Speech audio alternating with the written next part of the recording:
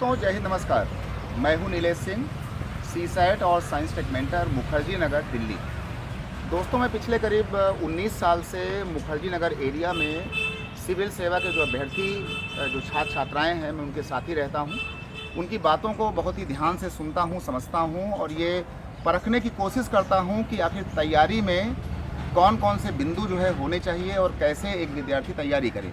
मैंने खुद सिविल सेवा की तैयारी की है, इसलिए उनके विचारों को, उनके मनोभावों को भली भांति समझता भी हूँ, जानता भी हूँ। अभी 2023 में जो यूपीएससी के फाइनल परीक्षा परिणाम घोषित हुए, ऐसे में 1016 अभ्यर्थियों में से हिंदी माध्यम के मात्र 42 छात्र ही सफल हो सके।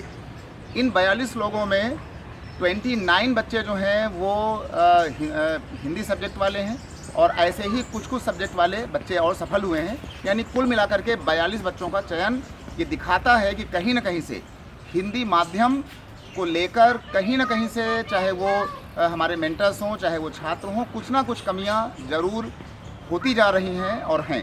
इनको दूर करने की कोशिश है। ऐसे में 2021 बैच के सिविल सेवा उत्तर प्रदेश पीसीएस के चयनित अधिकारी और वर्तमान में सीतापुर में तैनात जौनपुर के रहने वाले श्री सतीश कुमार पांडे जी आज हमारे साथ मौजूद हैं। तो आज हम एक विशेष चर्चा करेंगे इस अपने छोटे वीडियो के माध्यम से।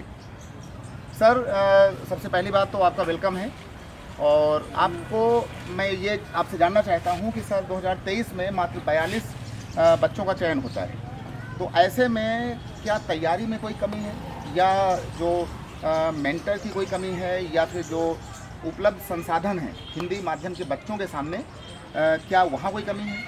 आखिर ये सीसैट ये बच्चे क्वालिफाई नहीं कर पा रहे हैं, प्रारंभिक परीक्षा से ही हमारे बहुत सारे बच्चे असफल हो रहे हैं, तो इस पर आपके पॉइंट? जैसे आपने इसमें 3 प्रश्न किए, तीनों को मैं एक ही कंक्लूड जवाब देना चाहूँगा कि हमारे बच्चों में कोई कमी नहीं।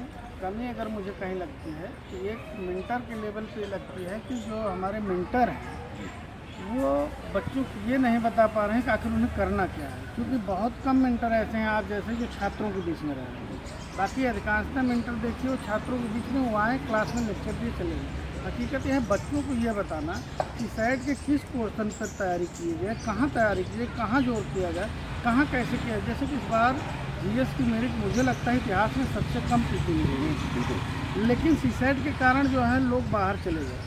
जबकि मेरिट अगर कम जा रही, इसका मतलब ये है कि आपके आईएएस बनने के चांसेस बहुत ज़्यादा थे यदि आप पीटी पास कर लिए होते। तो मुख्य परीक्षा में बहुत अच्छे स्टूडेंट इसमें जो है इसमें बाहर हो गए सीसैट के कारण। तो ये एक प्रकार से मैं ये नहीं कह सकता कि छात्रों की कमी है और सारे मेंटरों की भी कमी नहीं। महत्वपूर्ण यह है कि एक अच्छे छात्र और एक अच्छे मेंटर दोनों की कमी हमें महसूस हो रही है। अच्छा सर, आप जो है पूर्वांचल से हैं, जौनपुर से हैं, सफल भी हैं। वही बच्चा जो जब गांव में रहता है अपने कॉलेज के दौरान, तो वही 12th पास का बच्चा बड़े आसानी से नीट की परीक्षा हो या आईआईटी की परीक्षा हो, वहाँ पर फिजिक्स, केमिस्ट्री, बायोलॉजी और मैथ को पढ़ करके अच्छी रैंक के साथ हमारे गांव के बच्चे सफल हो रहे हैं। तो आखिर उसी बेल्ट के वही बच्चे जब सीसैट मैथ की परीक्षा में शामिल होते हैं, तो आखिर ये दुविधा क्यों हो रही है, ये चिंता, ये भय क्यों हो रहा है?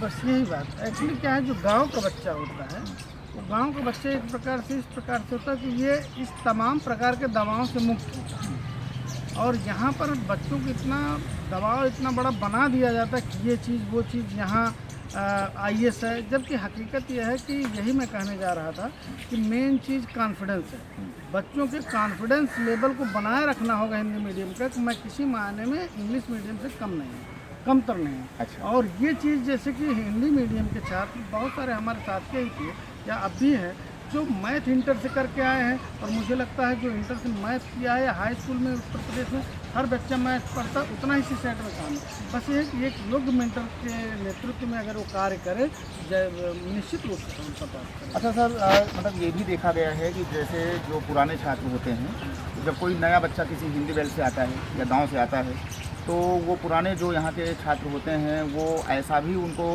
कुछ कहते हुए पाए जाते हैं कि भाई आप जो है इतिहास कर लें, पॉलिटी कर लें, भूगोल कर लें और ये सब पढ़ लें।